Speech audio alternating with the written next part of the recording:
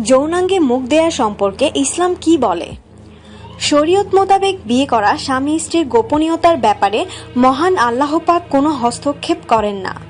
তারা নিজেদের শারীরিক সুখের ব্যাপারে কি করবে না করবে সেটা তাদের একান্ত ব্যক্তিগত ব্যাপার।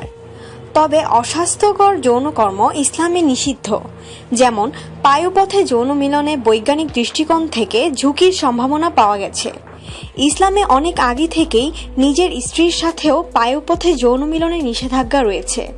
যৌনাঙ্গে মুখ দেয়া হারাম না হালাল সেটা নিয়ে অনেক মত পার্থক্য আছে।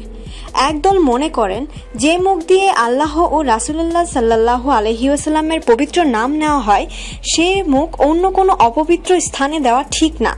আবার আরেক দল মনে করে যৌন মিলনে নিজের জীবন সঙ্গীকে চরম সুখ দেওয়া ইসলামের দৃষ্টিকোণ থেকে প্রত্যেক নরনারীর কর্তব্য।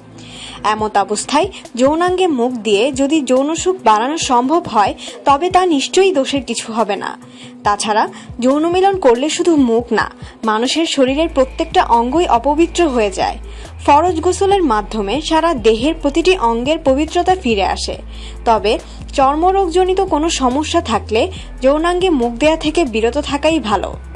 এ ব্যাপারে আপনাদের কি মতামত বন্ধুরা? কমেন্ট করে জানিয়ে দিন আর অবশ্যই সাবস্ক্রাইব করুন। ধন্যবাদ।